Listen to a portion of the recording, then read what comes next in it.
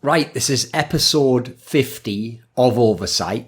And no, this isn't some sort of lag, even though that's not possible because it's a VOD anyway. It's not even a live stream for this episode. It's not lag. What happened is Monty at the moment is not at home. He doesn't have a stable connection. And so his connection was already dropping a little bit. It was hard to get the camera aspect to work. So even Wolf having his camera on, unfortunately, lagged Monty's connection. So Wolf had to turn off his camera, and I don't want to just be a camera on my own with two pictures. So as a result, we're going to do this one as though it's an old-timey radio broadcast and just entertain everyone that way. So my joke, actually, of course, would be that what happened was, tragically, the Houston Outlaws found Monty's location, and the irony of all ironies is they used an EMP on his cabin to destroy all the electrical material. So in the end, it was Sombre Goats that did Monty in. Exactly. I know, exactly. See, life is like, it's cruel, isn't it, Monty? I tried to hide from the Outlaws fans by going deep into the woods, but the Outlaws found me anyway. They found you right before the 2-2-2 lock. Unlucky. To be fair, I could believe the Outlaws fans have deep, familial roots in the woods, Monty. Like you go around there, you go, any of you ever thought of playing DPS? I don't know, but sure can around here, boy. We ain't like you city slickers with your fancy goats and your fucking tanks and shit. Like, I could believe it. Just because, the rural area they're from, Houston's fair enough. It's Texas. It's a big state. It's a big state. Things are bigger down there. Well, at least the Eagles are anyway. So anyway, here's where I think we should start this episode. By the way, Wolf is obviously the guest for this one. Been on the show many times.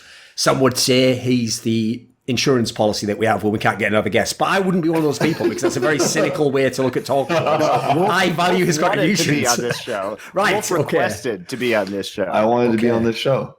Yeah. Is part of the reason why, because obviously one of the topics we should start the show with is the Shanghai Dragons. Even though, listen, everyone who's watched this season of Overwatch knows their team's almost entirely Korean now. It's not the same squad from season one. It is still surreal just to see the name Shanghai Dragons wins a stage. That is crazy after they couldn't even win a match last season.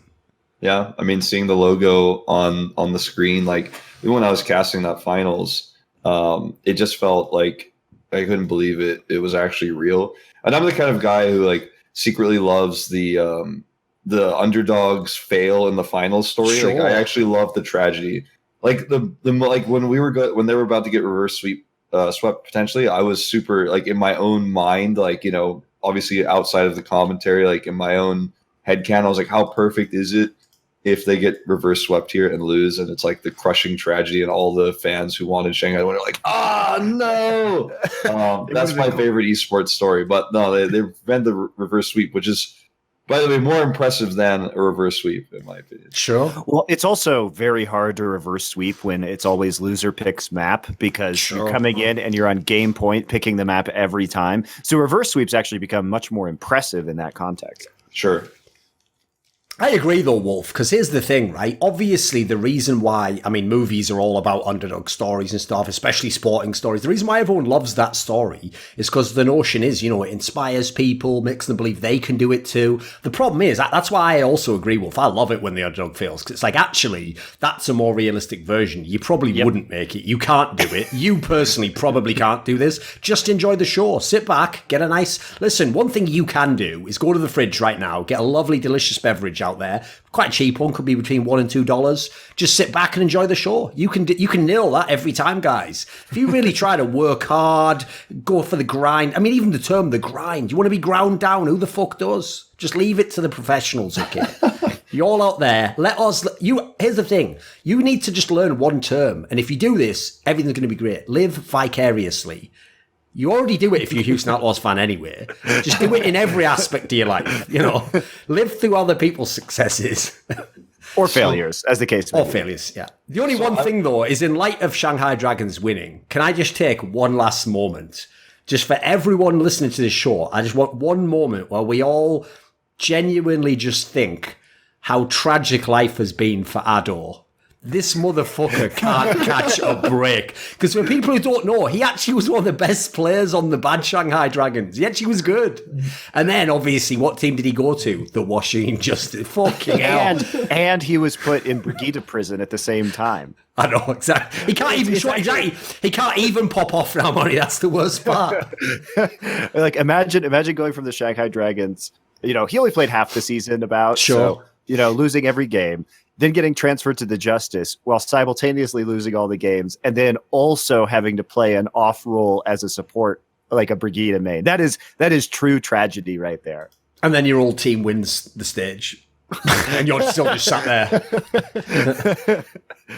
So I wanted to argue with Monty about whether or not it was a choke that NYXL lost to the Shanghai Dragons, because I'm going to guess, right? I'm guessing, Wolf, that you don't think it's a choke, and Monty. I don't think it's a choke. Because listen, his opinions are fairly well known, and I wouldn't say predictable, Monty. I would just say consistent. So I would imagine you thought it was a choke, right? I think it was partially a choke. Wolf was arguing that it wasn't a choke because things were predetermined. All right, what's your argument, Wolf, about maps? My argument is right now, like, NYXL, they had a bad stylistic matchup against Shanghai Dragons, and they're kind of caught in a catch-22 because they had to either run Sabiolbi over Meko and play the Sombra style that they were, doing very well this stage in, or they had to run Meko and not have Sabiolbi and run something that's a little bit less practiced. And by the way, they can still run Sombra with Meko. Sure, that's how they started this season doing. Sure. So presumably they could still do it.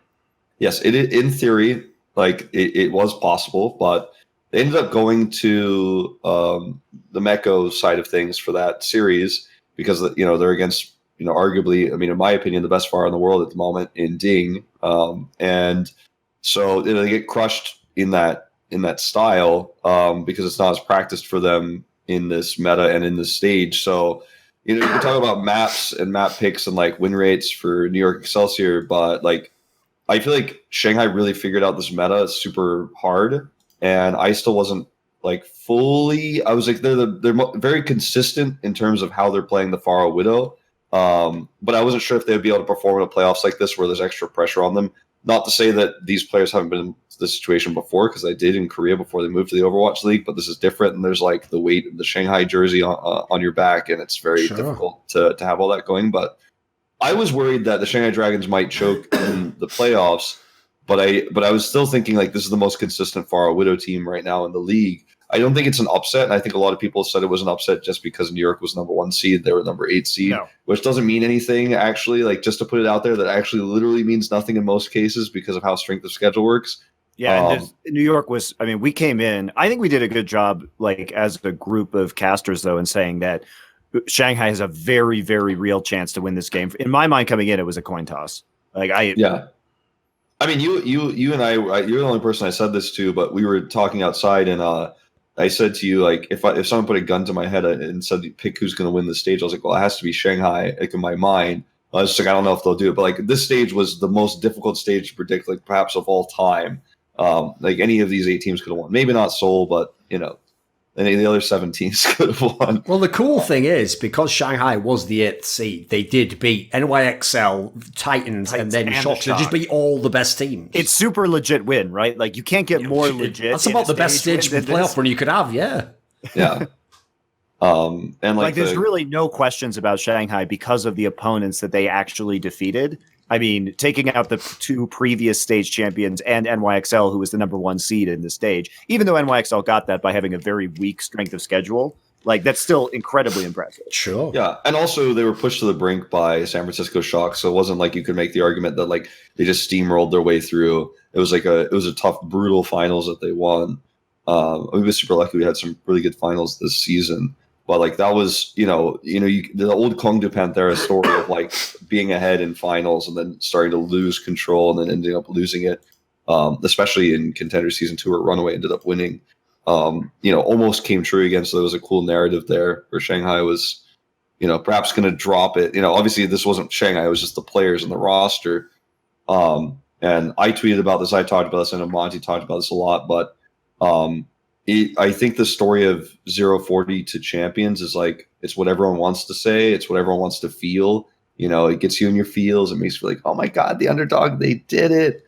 But this is not the same roster. I think the real focus needs to be on how this team has gone from like mediocre, even though they're extremely dominant in Korea, to now being like the best team in the world. It's a meta that's good for them, but I think these players finally like deserve to be recognized. Like they finally fucking got a title. It's been so long. They've been playing before Shanghai Dragons was even a concept, before like Shanghai Dragons logo was even drafted. So and they had to carry the weight of the org, and it's great for the org as well. It's not like Shanghai doesn't get to bask in the glory of like, we remade this team and now we got a win, but it wasn't like, oh my God, how did they improve so much? Like, well, they're just different. It's a completely different roster. That's also, though, why actually this is the type of underdog story I do like to see. Basically, when it's not really an underdog, it's just that, like the ranking and the rep hasn't caught up with how good you actually are. The same thing actually just happened in CSGO this year. We had a team, this Finnish team, ENCE, who came out of nowhere at the major and got right to the final. And if that had really been a massive fluke, the reason why it sucks is because, first of all, not only does a fluke like wreck the rest of the bracket, so for example, when they got to the final, they were beaten quite easily, but also the thing that sucks is then you have all the months afterwards where the fans will think that team should do that now, and then they're not going to. They're going to underwhelm, aren't they? So luckily, just as in CSGO, that team actually did turn out to be one of the best teams and did a whole bunch of things after that. So same thing with Shanghai Dragons, right? Going on from here, I mean, there's absolutely no reason this can't be the best team in Overwatch. Sure, yeah, they already had the hype of having very good players, even when they weren't that great earlier this season. Yeah, and we obviously have a lot to discuss in this show about the 2-2-2 lock later on, but you have to assume that with the power that they have in their DPS duo right now, because even before these playoffs, we were having conversations of, are DM and Ding the best DPS duo in the league? Yeah. So, I mean, these are extremely legit players, and they have a very, very deep bench. I mean, you look at what they're doing right now. They added Envy in case they need like a diva player, right?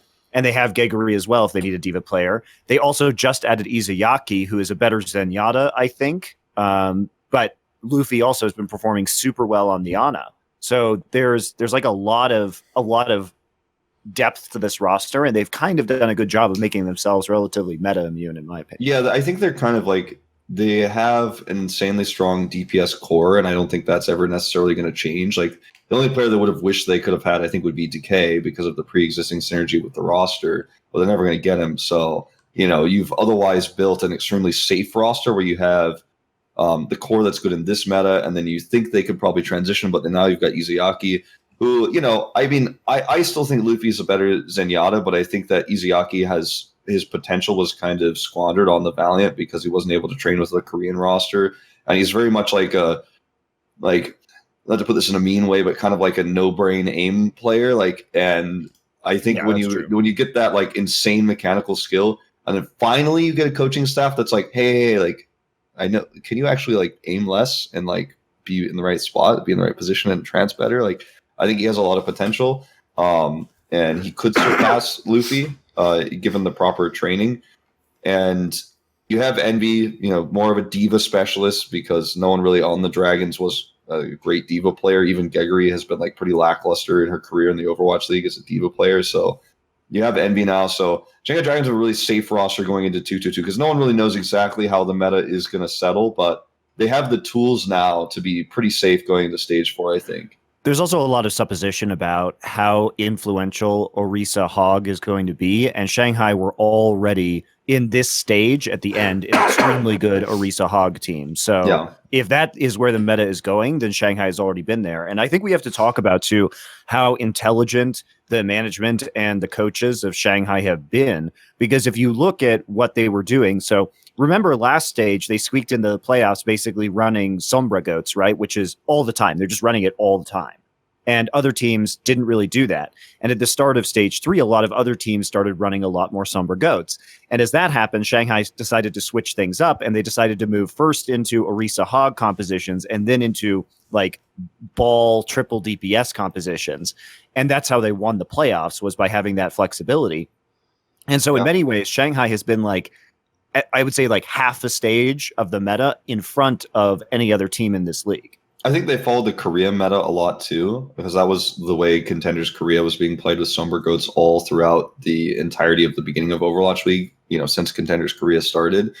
And they kind of followed that. And Levy, one of the coaches of the Shanghai Dragons, also used to be the Element Mystic coach and was the Element Mystic coach when they were the best Sombra team in Contenders Season 1 last year, where Guard got very much, a ton of notoriety as being the best Sombra in Korea back then. And he's always been a really good coach. So I think having him on the Dragons really adds a lot. And I've spent a lot of time talking to him. He's also very humble. And we should actually get Levy on this show at some point because he's fluent in English. Yeah, he's very good at English. But yeah, I mean, obviously Element Mystic choked in that playoffs, but like they kind of set the bar for what Sombra, like DPS Sombra was back then.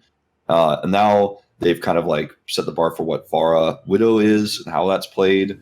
And I think that, they played to a lot of the individual player strengths. Like Ding was playing when Runaway won that finals, right, with Goats. Like Ding was playing Farah a little bit in that finals, and Kongdu Panthera at the time like kind of revolutionized how Goats was played in Korea. But then they were also adding Farah in, and Farah versus Goats is very complicated to pull off. But Ding has a lot of experience versus Goats on the Farah, so it ended up being pretty cool that he got to play against the best Goats team in the world in San Francisco Shock, and they were running a lot of Goats in that finals. So I thought it was just a really cool storyline when you look at the history and the background of it. And some of these things, like, when I'm casting this finals, I'm not going to be a boring like historian, with all that stuff. But like it was actually really cool to see all the strengths of Ding really showcased in a meta that suits him. And then also like what he trained so much doing last year ended up being extremely relevant in this grand finals. Because if it was a different team, like it would have been a completely different matchup. Like if Valiant had upset, the finals would have been played completely differently, I feel. Sure. It's also an issue of, so even when Goats started this year and last year, it was never a question. So when we talk about Farrah-Widow, this composition, if played perfectly, Goats never really has a chance to react to it because you're just getting chipped and poked from long range, and you don't have it just takes time, right? And the risk with running Farrah-Widow is that if you fuck it up and you get somebody killed, then it resets the entire fight, and you just spent a minute and a half, 2 minutes doing absolutely nothing. Especially on control, it's mega bad because you're like, oh, I didn't get control of the point, and like I'm trying to win this long fight, and the whole time the Goats team, like you say, you're on like Lighthouse on Ilios, and you're just like sitting in the control point, getting control meter. They're just trying to shoot rockets at the Reinhardt, and it's not working, and it's like, Well, it's bad on Assault too because you have to spend so much time kind of like zoning them out, and by bad I mean so it's actually good from a pure theory perspective. It is uncounterable by Goats if played perfectly. It just takes time to set up. So the problem is that while it is extremely strong against Goats, it takes time, and you have to execute it perfectly, which takes a significant amount of discipline, right? Because if you die, let's say I'm doing an assault attack, and I'm poking them in, and then suddenly they're able to like Lucio speed boost out and catch somebody and kill them, then they're going to heal up all the tanks and the chip damage you just did, and you don't, or let's say they catch the ball on the point, right? So you can't really do anything at that because you don't have any point pressure. So you have to poke them and then force them to engage in the open on the point once they're already poked, and then quickly kill them. But if you can do that, and this was always the problem, right? If you can do it, then it's very effective. But it's the margin for error is there's no margin for error basically. Yeah, it's extremely high skill. If you can do it, then there's not a lot Goats teams can do to you. You can effectively take points and take control. And I think that that's what we were waiting for, is that it's just so hard to do that. And Shanghai have figured out how to do it consistently without being caught out. It was super interesting to see a lot of teams develop like counter strategies to it. Like in terms of like, there was a big shift towards where you stand and how you contest it. And basically everyone kind of could see the point of like, a lot of assault maps, it's the Farrah-Widow was less effective on B. So A was just like a stall game. And then you went into B, where you had the ult advantage because you were running Goats and you could hold B a lot of the time.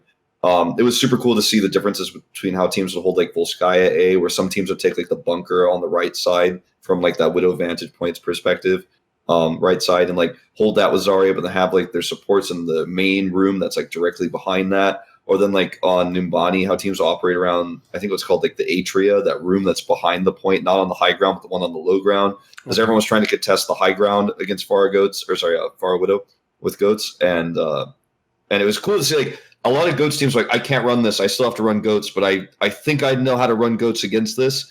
And it was a really fun matchup to watch, and it's one of the things I'm going to miss a lot when we go to 2-2-2 lock is, so much time and coaching was put into a lot of these squads like Shock, Spark, that were really like, I think we can beat this comp if we just play goats a little bit differently, and we'll just never see that again. So I'm a little bit sad about that. Yeah, it's also, partially was the way, to beat goats. I think one of the big discoveries was a better use of Farah, not only by the Dragons, but by other Farah-based teams, because nano boosting the Farah became a very good way to devastate a support line and keep your Farah alive. And even Barrage, the longer the season has gone on, the more likely it is that a Farah survives the Barrage because the team is setting up the Barrage properly, nano boosting the Farah to, output damage faster to give less time to kill the Farah, as well as giving the Farah more damage resistance. So the Farah usage also, and the coupling with the nano boost, changed the way that this composition worked against goats, because you could just kill the tanks faster before they had a chance to heal. Yeah.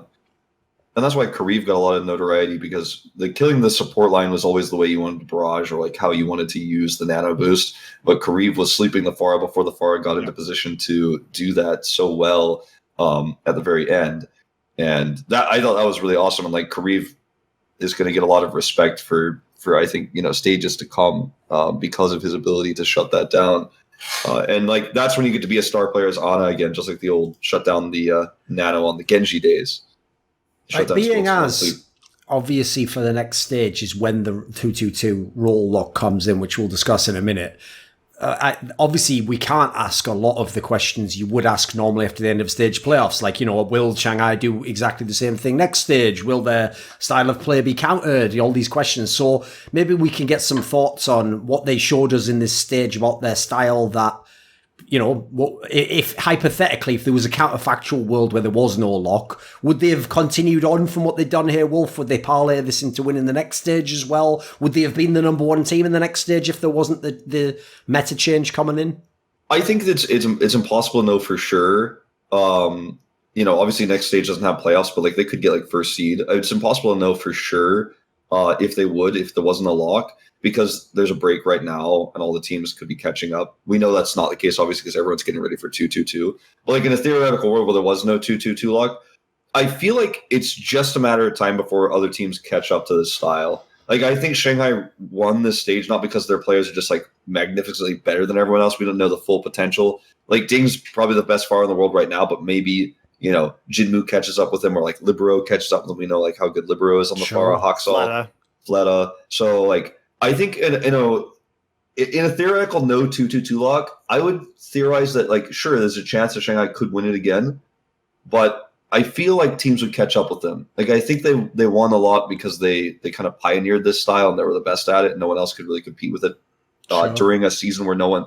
It's hard to say like in the middle of a stage during the regular season part of that stage before playoffs, like to say, you know what, like this Shanghai strat's like pretty good. Why don't we change everything we've been doing for the last three stages and copy them? It's hard to do that in the middle of a stage when you have a break and you've been experimenting a little bit with yourself. I feel like teams would have kind of caught up with them. So I don't think it's fair to say for sure that Shanghai would dominate in stage 4 if there was no 2-2-2 lock. I think the thing we would have to say, though, is like because they were sort of riding the wave of Sombra Goats early, and then they were pioneering these Widow Farah strats and the Orisa Hog strats, that we could say, like, well, given the evidence of the last two stages, maybe they would have pioneered something new as well and sort of led the metagame again. But I also think that we have to go back and say that basically any team had a chance, like a legit shot of winning this stage playoff because the competition was just so close. Sure. And that would still be true, I think, next stage. A lot of the teams have been kind of doing their own thing, trying to be innovative with their rosters, and it ended up being like an ultra close playoff overall. So I'm not sure that they would have been able to keep that momentum going forward. But I think regardless, I would say their biggest strength has been their willingness to experiment and their willingness to lead the meta. And in that case, it could also lead them to very good success with the role lock, because I think that they already have a lot of the pieces that they're going to need to be successful in that meta. And because they have identified the metagame super quickly, then we might assume that they will be one of the better teams, at least in the start of 222. Sure. Right, why don't we do this then? If you want to argue about 222, whether it's good or not, we'll do that bit after. Let's do the actual part where we project teams into that. So obviously the most interesting thing is, despite how different traditional GOATS was from what I expect we'll see when we have the role lock, a lot of the teams that were the best in traditional GOATS seem like they should transition pretty well. Like, I mean, the Shock obviously have an incredible roster anyway. NYXL has an embarrassment of riches in terms of players and number of great DPS players. Like, these teams should all transition pretty much instantly, right?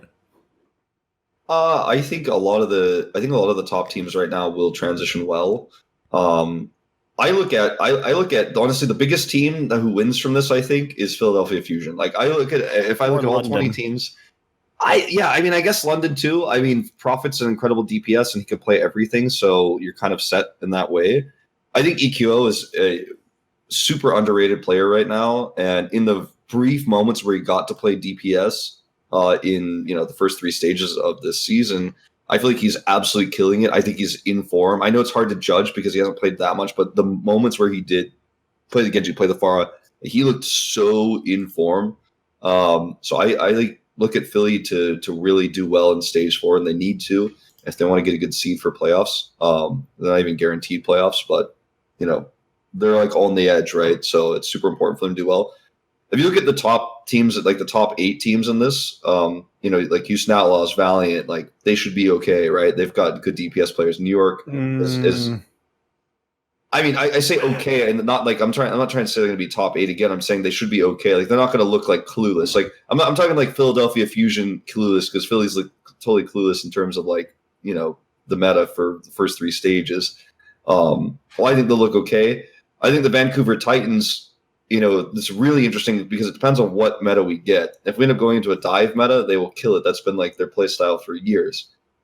If we end up going into something like Orisa Hog or bunker oriented, the Runaway Squad has always been very slow to adapt, and that's been a huge issue for them. It was in stage 3, and they finally at the end were able to adapt and look okay, and did make it into the playoffs and looked great versus the Outlaws. But I'm kind of worried about the Titans if we don't end up getting dive, because I don't know if they're going to be able to play bunker comps well, because that's not something that's ever been meta really in Korea. It's not something that they excel at, adapting on the fly. So I have big questions about them, and I also have big questions about the Shock. Architect, I think is going to have to step back in. We might see Striker, but these players are yet unproven in terms of 2019. So still exciting prospect though. Who doesn't want to see Striker back on DPS? Of course. Yeah. As a monster. I mean, I think Shock might have some initial issues just because they at least coming into these finals, obviously they played Smurf in that control game in the first one, which says to me that they have more faith in him as a Winston player. Now, who's going to play Orisa? We don't really know on that roster. Why I think London will probably be quite good is, again, they have insane DPS players and a great flexibility. But also, if you recall, one of the big factors to their success in winning the season 1, like the last year's championship, was that they have maybe the best Orisa player in the world in Gesture. Like, he is extremely good at Orisa. They were running a lot of the Orisa Hog combos already in the playoffs for the overall season last year. So this is a team that I think regardless of what happens, like, so if you're making an argument that, okay, are we going to see more dive? Well, surprise, London is a super good dive team. They showed it to us in stage 1 of last year. Are we talking about bunker comps with Orisa Hog? Well, they're also super good at that, like we saw at the end of last year. So this is a team that should already be built for success in this meta. I think if I look at kind of teams that are going to be, I think, losers in this meta, potentially Hangzhou Spark. I'm not sure what they're going to do with their DPS core, because remember, Bezzy was put on a 2-way contract with their contenders team. So are we going to see him return to the main roster? They've been drilling all this other stuff. Gushui has barely played any Orisa at all this entire season. So does No Smite return? Like, what are we going to see from the Spark? I'm less confident in them.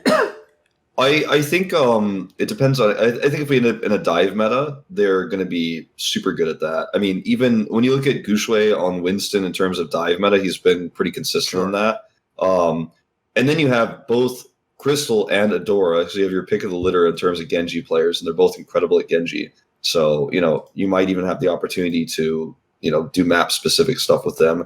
Also, we know it's been announced Anubis, Temple of Anubis is in the map pool, so that's a map that I think kind of lends itself more towards dive, but it lends itself incredibly well towards bunker on defense. Yeah, and I think you're going to have to. Well, I personally think that dive is going to be one of the best answers to bunker.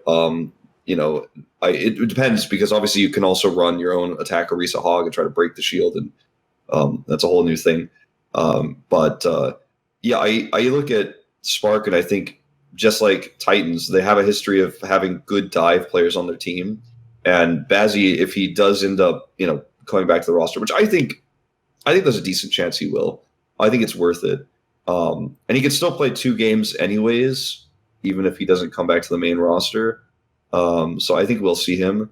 Because I don't know who's going to play. Like Godspeed's Widow is questionable, so I don't know if we're going to see him play Widow. I mean, if they do decide to leave Bazzi 2A and don't really use him, I don't even know. To be honest with you guys, I don't even know if Bazzi's in Korea, he's in China, if he's. Yeah, I have no idea where he is. Nobody knows where he is. Bazzi. So I don't know. I don't know where Bazzi's at. But if Godspeed is on the Widow, I do have questions too about Hangzhou Spark's potential. If we end up in a sniper meta, which I think there will be a certain level of sniper on certain maps for sure. I think there's an obvious team that we haven't mentioned so far that are going to struggle, and it's going to be depressing because they only just got it together again. It's the LA Valiant. Yeah. LA Valiant's going to have a great time with these DPS players. I don't think so. I think that's a big question because they ditched Fate, who was their forever was their dive Winston tank. That was when you'd run him, exactly. Fact Fiction was good last year on the Outlaws on the Reinhardt, but it was mainly Muma who was playing Winston. Fact Fiction, his Orisa probably is all right. So if we end up in a bunker meta, perhaps they could be good. But I'm a little bit skeptical about both Los Angeles teams, honestly, because you look at the Gladiators and you're also kind of sitting there thinking, okay, well, what is this team going to look like? Because so much of the Gladiators' success historically has been around, they use very unorthodox compositions, right? And they rely on kind of the flexibility of their players across roles. So is this team even really built for a 2-2-2 lock is the question. And for Valiant, they only just got their shit together. And are we going to see, Space is going to have to come back in? How are they going to be if it goes to dive? A lot of people say, well, agility's Genji, but there's so much competition for top Genjis in the league. And I think that they are a bit lacking in the Winston position in particular for Fact Fiction. I wonder, also, KSF, how he'll perform in this new meta, because I have been overall pretty impressed with his Widow. Agilities gets to come back on Farah, potentially. I don't know if Farah will be meta. It's looking less and less likely the more and more, scrims and stuff I've been able to look at and just talking to people. But Agilities gets to come back on DPS. He's a good Genji player. Well, he's a decent Genji player, let's say. I don't want to use the word good when we have so many other good Genjis in the league. But Agilities gets to come back. Shax has looked really good on Sombra, and Sombra I think will still be relevant in Stage 4. So I'm not ready to say the Valiant are doomed yet. I feel like there's a chance. No, I just don't think they're going to be as strong as they were. Sure, they won't be pioneers of this meta, I don't think, and they won't be necessarily a playoff team, even though there aren't no playoffs for Stage 4. But you know what I mean. They're not necessarily going to be a top 8 finishing team at the end of Stage 4. Because obviously the thing is, since we've just been through all these stages where it wasn't really about having good DPS players, and even if it was, they weren't playing DPS roles, you now end up in a scenario where, this is why NYXL is forever. There's only 2 things can happen, Monty. Either they one day get it together and just are the absolute best team, or they're just always going to be the ultimate tease. Because, look at their fucking DPS lineup. You can only have 2 people in the game. This is ridiculous. So there's literally going to be at least 2 people benched who are I should be a starter for any other team in the league. What is this? I think with NYXL, at least they have some options in terms of their players to put in this meta. Depending on specialists for sure. Because Flower at least hasn't I think peaked. Like he wasn't looking great in contenders last year. He hasn't really shown up at all, very much in the roster at all this year. So we don't actually know what Flowers' form is currently. I do think he was kind of just phoning it in contenders since he knew he was going to be on this roster anyway. So I think now he can look to be practicing harder. So we don't really know. I mean, it's going to be great to see Pine again. He's such a interesting wild card for the NYXL. This is where we have to have this discussion, Monty, because I don't think we're going to see Pine. I don't think we're going to see him at all. I think Nene is just better at hit scan than he is now. And we've had this conversation many times. My opinion is that his play style changes the way you must prepare against New York because he's much more aggressive. He does crazy shit on his flanks. He's going to do things that Nene won't do. And Pine he's always just going to be a variable that you have to account for while he's on the roster. So my argument is even if you don't see Pine, you must assume that Pine could come in at any time, and that changes the way you prepare against NYXL. Oh, absolutely. Especially if he does start getting fielded like every now and then for one-off maps, which is kind of exactly like which I think is how they're going to feel. If I was managing that team, I would absolutely throw Pine in on some maps. Yeah, that's kind of what they did to confuse people. Yeah, they did that at the end of the 2018 season, and they put him on like Control, and he would play McCree, and it was like and Junkertown, and Widow Volskaya. So these are there are maps and opportunities to use Pine. Pine is just like he's like your closer. He's like the pitcher you use just for a couple innings, and that's kind of what you want out of him, right? He's the wild card. So I think we'll see Pine occasionally. I think we're going to see him on more maps than Nene? No, I do not. I just don't even know if we'll see him at all. I'm optimistic, based on like kind of the same reasoning that you had. Is kind of like, I mean, look, they can put him in for fan service even, which people like to pretend like teams don't do that, but like they do that. Oh, they do, of course. So I don't want to make the statement that like Pine will never play. Like I'm going to make that an official prediction, but like. If it were up to me, I probably wouldn't play him because I trust Nene's abilities. New York Excelsior doesn't need a lot of help. They don't need a great stage four. They're fine. They're going to the playoffs no matter what. I think they and they're also in the Atlantic Division, so they're going to be probably the second seed, even if they have a worse record than the second Pacific team, because the top Atlantic team automatically gets a top 2 seed. So they don't have much to worry about because they're so far in front of everyone else. All that needs to be said is they can lose 3 games and they'll still be the second seed in the overall league. They can just lose 3 for no reason and still be second. So it's going to be hard for them to get knocked out, indeed. Yeah, so I think there's a chance that they do the good old Monty sandbag, he's invoked it. Just because we're coming back to DPS, The picture that Thorin used, by the way, the picture that Thorin used of me is my face when they admitted that they were sandbagging last year. Yes, there you go. That's right. I remember. So it's not Monty sandbagging; it's NYXL, who now have had coaches and players admit that they were sandbagging. No, I never really disagreed. That's why if everyone just looks at the image on the screen, I know you're using this as an audio podcast, but if you go and look at the video, there's not even there's nothing cynical about that smile. It's just unabated joy. It's like he's just basking in the glory of what it means to be alive and when the best things possible happen.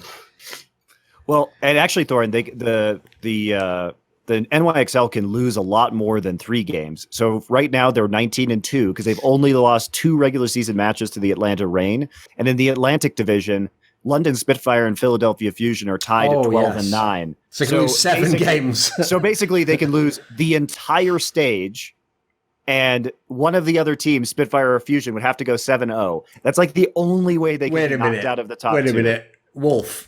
We have literally just created a scenario in which the possibility of saying they're sandbagging is now not even just a joke. It's a very real possibility. It's very real. I mean, for real. I mean, I had to mention that. But can we talk about the Atlantic Division for a second? Sure. We've been talking about this since the beginning of time. And before the season even started, I've talked to you about this, Monty. I've talked to the other analysts, made jokes about Brandon's Sideshow and stuff. But like, the Atlantic Division just doesn't look strong ever. But I think the fans are starting to realize, like, wait a second. In this format, if you play twice as many in your division, then your division is bad. Like, Yeah, but this is actually where the 2-2-2 lock could help. Because as you said, like teams that should probably benefit, Spitfire, Fusion, like outlaws potentially. Like, so I think actually the role swap could make the divisions more even. It could be more parity.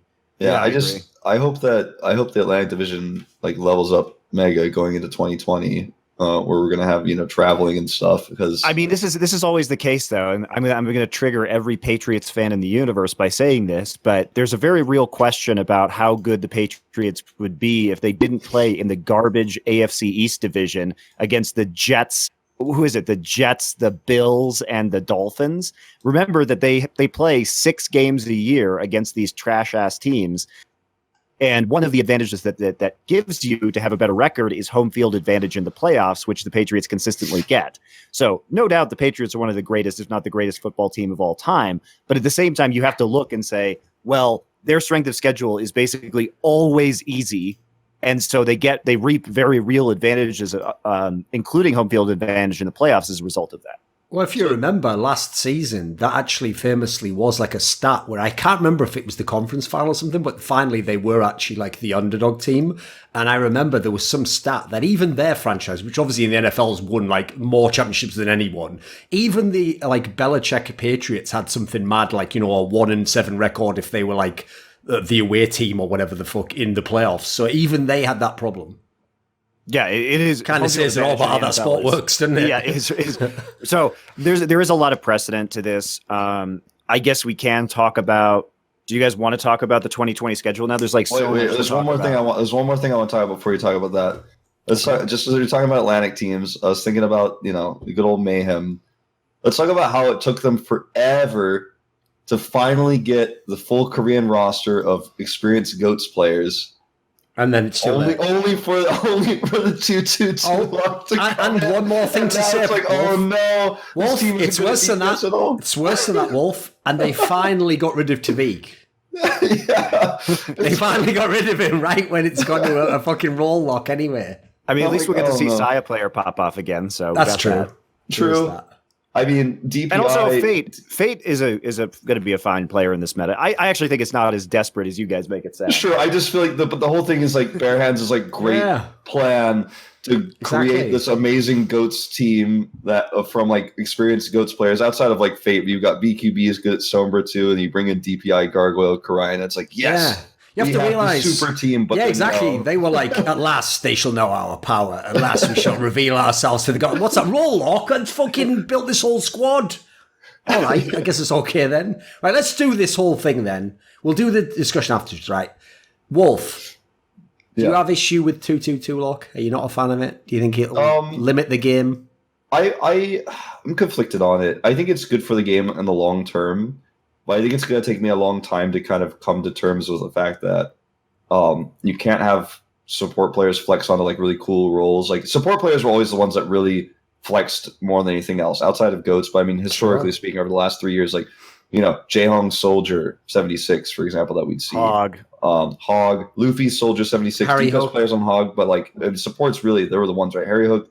There's a lot of supports in Korea that would swap over in certain metas, like Sombra Violet at times, in the early Sombra days. Violet was super famous for swapping to Widow or Tracer in a lot of situations in Korea, and it was super cool to see his potential, because you always think, he's a healer, but then like in those metas where you get to swap for a second, it's like, oh shit, like Violet's got a mean Widowmaker like that. Yeah, that's like one of those it's like he's doing his own marketing, isn't it? Like the hands that can heal can harm also. And he just pulls out a sniper rifle, I thought that not having 2-2-2, like before 2-2-2, I thought like that's the way the meta is going to shift the fastest, and it's scary to me that like in a world where 2-2-2 is locked, that we could have a stale meta. Well, that makes it up to the devs, right? And the devs can balance way easier now that the roles are locked.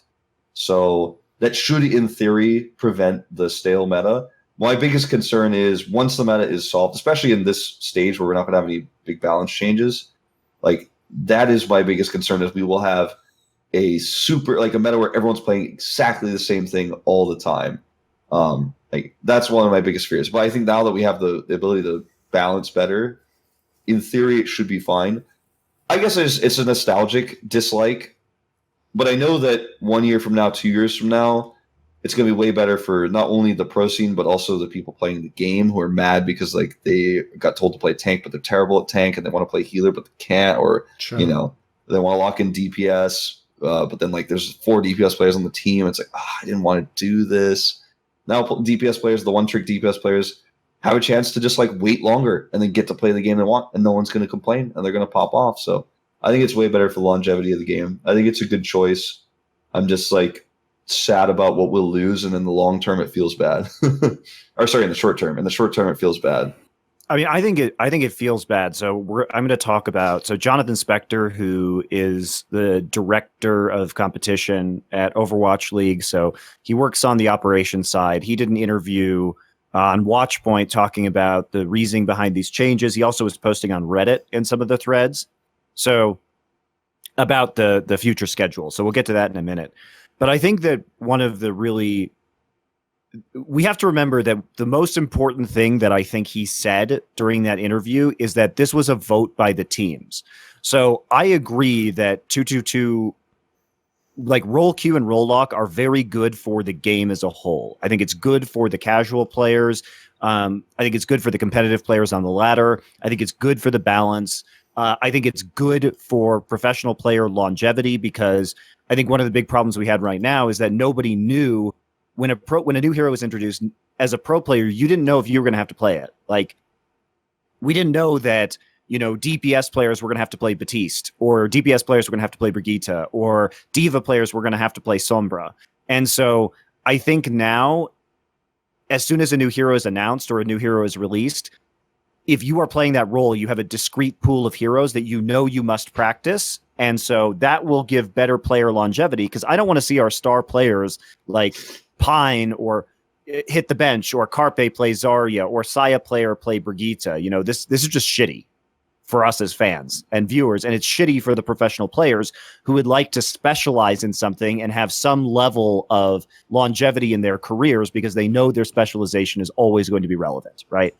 Yeah. I also think, like, just to quickly throw this in as well, just to allude to what we said earlier about the joke about bare hands with Florida Mayhem, it's like, it's going to be hard to be a GM and build a team when the meta can literally 180 or just become a different game entirely. Like, I don't even know how you do that job as a general manager. You just have to hope for the best, basically. Like, you could have built the best dive team ever, and then it would be GOATS this year and you'd be fucked.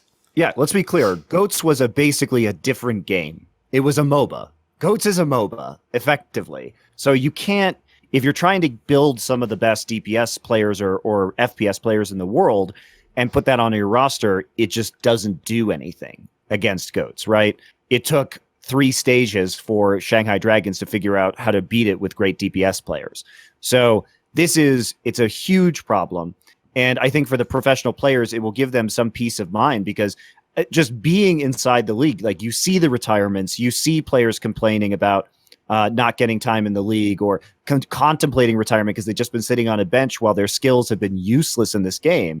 So I think at this point in time, it's much easier to discreetly put your players into the 3 different buckets, and then that should help players have a longer, more successful career. And it's great for the league as well, because we want to star build players, but when the meta is shifting wildly from year to year, it makes it very difficult to do that. And there's also the other thing to remember is, like, all of these DPS players we're talking about have been playing DPS for years. Like, some of them 3 years, Overwatch. and yeah, I'm talking 3 years of Overwatch, and then before that, like in TF2 or whatever their background is, and like, so for them, it's extremely frustrating to like be forced to play support, but also the players that are in contenders right now and the new talent that we will, inevitably have new talent, because most of the talent in Overwatch League, surprise, surprise, because the game is still very new, are players that have been playing since the beginning. Like, we don't have that many new superstars. We have a few, but like most of them are veterans. So if you're a new player, there's probably a lot of fear for new players, or there probably was until this was announced. Like, oh shit, like, I'm a DPS specialist, I'm a support, but like, what if, like, should I just be a more general player? Should I just try to be the best at everything and not be a specialist? Because, like, what if, the team needs like something different because the meta changed and I was trying to do tryouts, but then like, yeah, I know you're a good DPS, but like, can you do Batiste in these tryouts? So you actually get to feel like, as a new player, as an inspiring contenders player, or you're a contenders player now trying to get into Overwatch League, you're like, oh, okay, this is a role. Like, DPS will be a role forever. And no matter what, I'm going to play damage heroes, and I'm going to be a damage hero specialist, and I'm going to focus on that. So I think it's really good for that, like, the growth of the scene as well. So you're not worried, like, that what you're training to be an aspiring pro and you're about to go into tryouts, like just could become irrelevant by a patch, like suddenly. And I think like these are all the great aspects of it, right? It's going to mirror people's experience in the ladder, which I think is very important because so many people use esports as a way to improve their own gameplay. So I do think having a reflection of that in the pro scene is very important. So as far as the game goes, like I think this is an excellent change. As far as the timing goes, that's where I think it veers into really unfortunate territory because basically changing. So there's two sort of factors to this.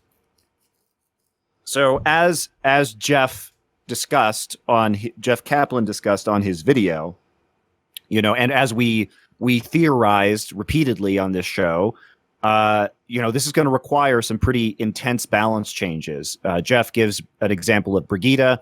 If you look at the overall patch notes, like the PTR patch notes that were released with the role queue, you're looking at Brigitte. Her shield is down to 200 HP. There's a blanket 12% increase across the board on all ultimates. Brigitte also has 3 armor packs now that recharge. So it's like a charge system. So there have been major changes. Her healing is increased. And this patch is not going to be the live patch when we start playing. So effectively, one of the bad things is we are going to be on a 2-2-2 lock without the balance changes for stage 4 that are intended to reflect the new reality of being in 2-2-2. So to me, that's a pretty big, to change it this late in the game, in some ways calls into question competitive integrity, because we just played 3 stages of this league and teams are trying to fight for the crown in the playoffs, and changing it this late in the game sort of makes it the first 3 stages feel somewhat hollow. Well, it's just not equivalent to like 1/4 of all of the regular season matches will not be played with the same rules. I mean, we are literally changing the rules of the game. We're not like, this is not a balance match. This is a rule change, like this is a rule change where you've essentially like said like, yeah, like everything that you did for the last 3 and those points still count, by the way, you can't do that now. Like, and because of the lack of balance changes, it almost feels like in terms of the league, this patch is like the anti-Goats patch. It's like, oh, Goats is dead. Like we patched it. You're going to play with the exact same heroes, the exact same balance patch, but you can't do Goats. So like figure it out. Yeah. And then they're going to hit you with the balance patch later. So like, you still got to play that. So it's a lot to take in. Yeah. Like whenever this other patch goes into effect that's on PTR with 2-2-2 right now is going to be another potentially it will be another big change. We don't know if that's going to drop for playoffs or not. Now, what is important, even though I personally, if I had made the decision, I would have waited until the end of the season. My argument would have been that playoffs, the season playoffs are going to be exciting enough to that people will watch them, whether or not we're on the current live patch, whether or not we have 2-2-2 roll lock. I could only guess. We'll never know if that's true or not. I do think it will be good for viewership overall to have the 2-2-2 lock in Overwatch League and to have it reflecting the live patch. Good for viewership, not amazing for competitive integrity. But critically, and John Spector talked about this in his interview on Watchpoint with Malik, this is something that the teams voted on. So this decision was kicked to the teams. And I can tell you, like, I know the details of this, and they overwhelmingly supported this decision. And also, by the way, and he didn't say this, but I will say this because I think the hardcore viewers of the league deserve to know, even top teams that were very good at GOATs also voted in favor of this. Yes. So it's not like it was all of the teams that weren't in the top tier of competition, and I'm not going to like name names. Basically, it wasn't everyone except the top 4 big 4, and then everyone else going, fuck those guys, exactly. like, let's wreck them all. Exactly, Sure. which is what you might think. And I think, in my opinion, the league took into consideration this data, the overwhelming support, the fact that top teams that could potentially be hurt by these changes also voted in favor of it. Not all of the top teams, but some of them. And I think that once they had this data, they made the teams were the ones who made the call, and the league went along with it because it seemed reasonable. with the teams. Was there any indication given as to why, like, even teams, like, the obvious one to me would be, like, Vancouver Titans. Like, this is a team that's obviously benefited massively from the GOATS meta. Was there any indication as to why even those teams are in favor of the role lock? I mean, I think that we have to talk to the teams. I think. Sure, but I think I'm not going to sit here and out the teams. Yeah, I mean, look, just from like a theory perspective, I think people forget this a lot. Fans forget this a lot, but the Overwatch League is actually a business, and running a team is actually a business, and all the teams work together to make sure the league is in the best state possible, along with like the devs and production. So it's like everyone's a team to run this business, right? Like everyone likes to have the fantasy that it's like it's my show and I'm watching it and I get it how I like it, and sure. No, but the teams want the best for the league, and a lot of people also mistakenly think that the best way to run a team is to win the league, and that's how all the fans come. But that's not actually how it always works. So even if you make a decision like this, say like the Vancouver Titans, like, oh, we're gonna actually lose a lot of power from this. They might potentially still vote for it because it's good for the longevity of the league. Because this season is one tiny fraction of like what this league is going to be and what the franchise is going to want to be successful with. So like, you're not going to make a vote based on winning and then like perhaps destroy the longevity of the league if you think that it's wrong to not have 2-2-2. You're going to vote for what you think is best for the league. You're not going to vote based on like, oh, well, if I vote like this, we're going to win. Like that would just be like a dumb move. Like, why would you vote to win? But like, then like you're kind of voting against the game, or like the game should be. Sure. And I think that all the teams didn't also like just like not talk to each other before they voted. They probably discussed a lot, before everyone made all the decisions. Because if this ends up being the wrong choice, they would regret it a lot. So sure. I just want to remind everyone that like this is not like how you build fans and how you build a successful franchise is not just about winning. There's a lot more to it than that. And I'll throw in though, like one factor I want to give you, because I haven't heard anyone mention this so far. The one reason why I do actually think it's a legitimate fear that we have to worry that unless the devs tweak the game, it could get into a stale meta, is because what makes Overwatch different from every other game that even vaguely is in this genre is that both teams have the same character. That's the problem, because in games, like even when League of Legends was at its most stale and had the least amount of champions, one of the things that will always like spur diversity is because you only have one champion on one team, you can't both play the same champion, ignoring the blind pick aspect of Korean League, etc. that briefly happened. It means that you will always have new things invented to be a direct counter to the thing that's currently played, whereas obviously the most obvious counter to the thing that's currently played is just play it yourself. So naturally teams won't be as quick, I think, to find the alternative comps, etc. So it may well become the case that I would say it just depend on, like we were saying here, where the characters are balanced at, that you will sometimes just have teams for a bunch of matches running very similar comps. And that's why hero bans are not good. Like right now, I think it's just a core part of Overwatch that you play the same heroes. Sure. It's also the upside is that unlike a lot of these MOBAs, you always have the opportunity to see the best players on their best heroes, yes. Right? A lot of the problem with MOBAs exists where if you have pick and ban phases, then like you never get to see certain players on their dominant heroes, and that sucks. Like as a fan, because like there are periods of time where I just wanted to watch Faker play LeBlanc, and I couldn't do that because it was just banned all the time. Or your reward for being amazing is you can't play it. I have actually told people that, that is one of the weirdest things about our sport compared to like any other sport. Like imagine if you could just like ban Shaquille O'Neal from dunking in a game. Like what the fuck would that be like? The whole point is we want to see that. Yeah, like you said, like that's literally what I'm here to see. Like, I'm here to see Jonak play Zenyatta. You know what I mean? Exactly. Yeah. I don't want Jonak to not play Zenyatta. Yeah, that's true. So there is a double-edged sword to that, which is like, yes, both teams can play both heroes, but if one guy is like unreal at that hero, like if Ding is going to play Farah, he's probably going to out-Farah the other Farah. Sure. So at that point in time, dumb teams might try and mirror that. Smart teams will not try and mirror that, would be my argument. They'll try to blind counter it and have a prepared strategy. Yeah.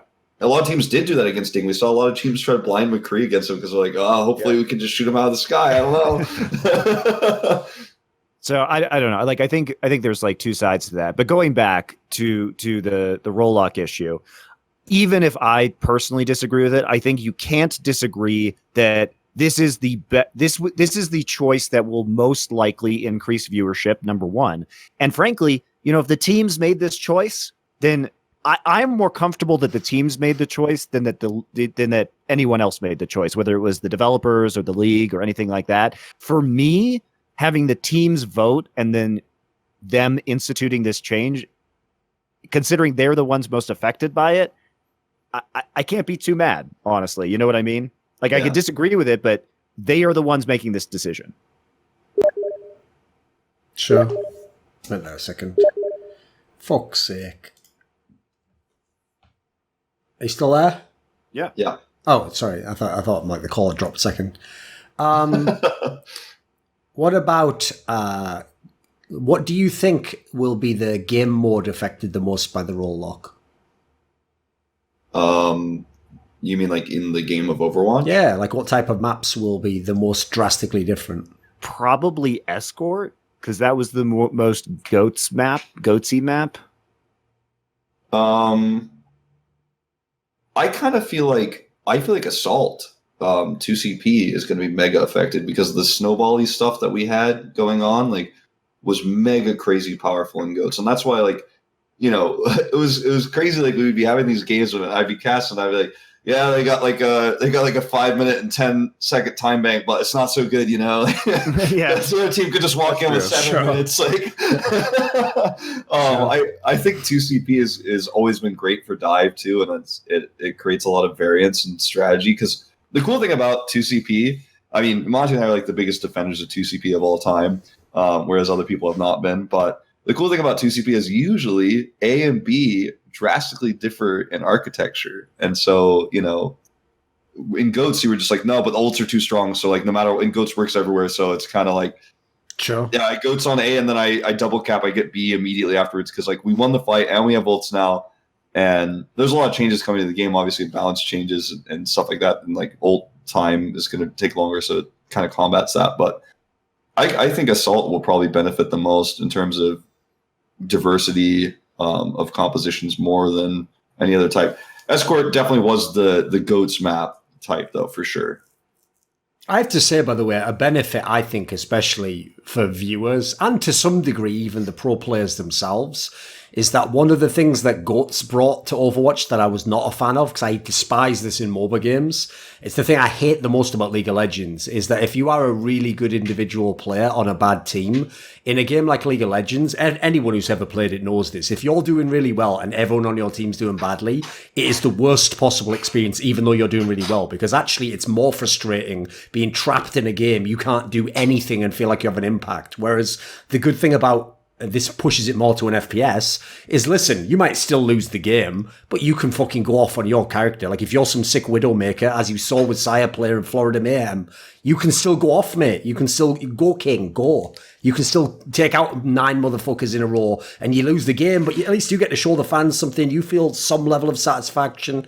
I feel like just on an individual basis, it brings more in that respect. Well, there's also the factor in Overwatch where, unlike any other game, like big esports. So if you look at Dota or League or CSGO, there's less of an economy. You know what I mean?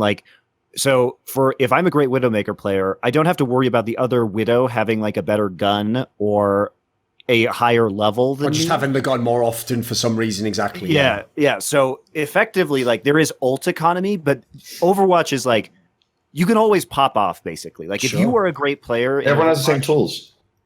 Yeah, everybody has the same tools. Everybody is the same level.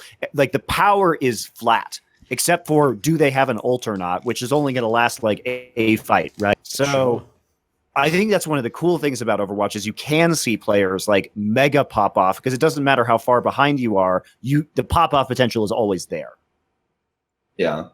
And also, the cool thing about ults too is they're not cooldown based like they are in MOBAs, and so if you pop off harder, yes. You get your ult more often, you get it faster. So it's more like a fighting game in that respect. Fighting games are more like this, for sure. You may have more meter than somebody else, but your character is still at the same power level effectively. Yeah, and you can block their ult, if you play correctly. And sure, you kind of need ults to block ults in Overwatch, but sometimes not. I mean, like D.Va can eat a grab, right? Like that's not an ultimate. That's just like one of her regular abilities. You could sleep dart a Genji. So like there are ways to shut down ults, which is super fucking cool.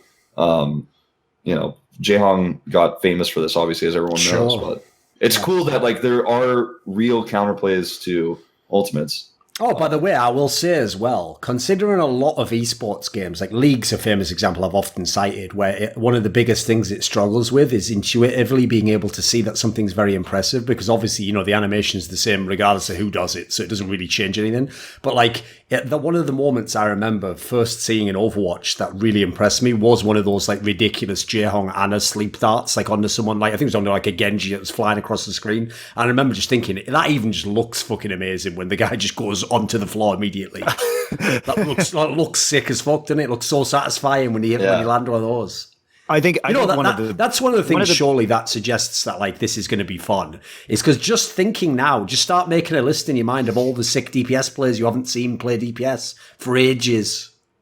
It's going to be amazing. Wolf's been doing that on Twitter. That's been Wolf's Twitter thing. It's going to be amazing. Yeah, the responses to that have been interesting, but because obviously, Wolf, there's even some where like it's one thing if it's an old one, like you said, Striker earlier on. Obviously, that's a guy I can't wait to see play again. But actually, there's some that just because they didn't play earlier, people don't even know how good they are. An obvious example would be like Stitch, right? I want to see this guy play in the Overwatch League for real. Yeah, he only really played Sombra. Like fans don't. If you've only watched Overwatch League, you don't know how good this player is, mate. Also, you don't know that Haksal can actually play things that aren't Brigitte. Yeah. Exactly. Haksal is going to pop off. Stitch, there's even an argument that like we could see some Hureg. It's not the same coaching staff as Runaway would put Hureg in ridiculous situations that didn't make any sense. But this coaching staff would probably be less likely to put him in ridiculous situations, but we might see him. So there's so many things that like the big question mark for DPS players right now that we don't know is form. Like some of these players, we don't know where their current form is. We just don't know, and that's what's super hype for me going into stage 4. Is like when we do see Striker potentially an Architect playing DPS consistently. I'm like, where's your form at? Like how you've been on the bench for so long. Like what is your form? Like we just don't know for all these players. I mean, I've heard Strikers basically just spent this entire year practicing Widowmaker, so I like the idea he is literally just in a server practicing popping heads. That's literally, that's not even like an exaggeration or something cool that like a 14-year-old Call of Duty player would say. He's actually been doing that for real. just pounding energy drinks the whole time in his one personal lab. That's what I've heard. That sounds amazing. It sounds like, so basically his whole approach is like how they created Blanca in the Street Fighter movie. He's just been locked away, just consuming all this material, ready to be unleashed on the world. Bring forth Striker! Out he comes. He's just already ready. I mean, what would you do if you were Krusty and you realized you had this great roster of players? You're like, well, if I need to make sure that I'm going to have some great players if the meta changes. And also it was announced that most of these teams knew about this like months ago, right? That this was happening, right? Yeah. Which is how all of these leaks happen, because you can't tell the pro players shit without them leaking it everywhere. Unfortunately, get your shit together, pro players. Also, to be fair, if I was Krusty or the ownership of the Shock, I would just say, like, we are still paying you, Striker, so get your fucking ass in that server right now and get 8 hours of Widowmaker. That's your job today. We are paying you a salary still. So I think actually a lot of the form of players is going to be pretty good because they've known about this for so long that I imagine a lot of these bench players have just been grinding really hard in preparation for this. Yeah, you would think so, like in theory, but, it only matters on game day, right? So I'm excited to see who did prepare and like who did really prepare for this. And like Sinatra, you would imagine like Sinatra can't be playing in this. Like he has been practicing Zarya for so long. He's obviously a very good Zarya player. Always been like if you're playing Sinatra over Striker, then like there's a huge coaching problem, right? I mean, I'm not trying to say there is, and I think Krusty's one of the best players we have in the league. But like situations like that where like if Striker comes or Striker doesn't come in and like it's Sinatra and Tracer, I'm thinking like, wait, so like was Striker not getting ready for this for like months? Like what's going on? Like is Sinatra better than him? Like, and even though he hasn't been practicing, like that's a problem.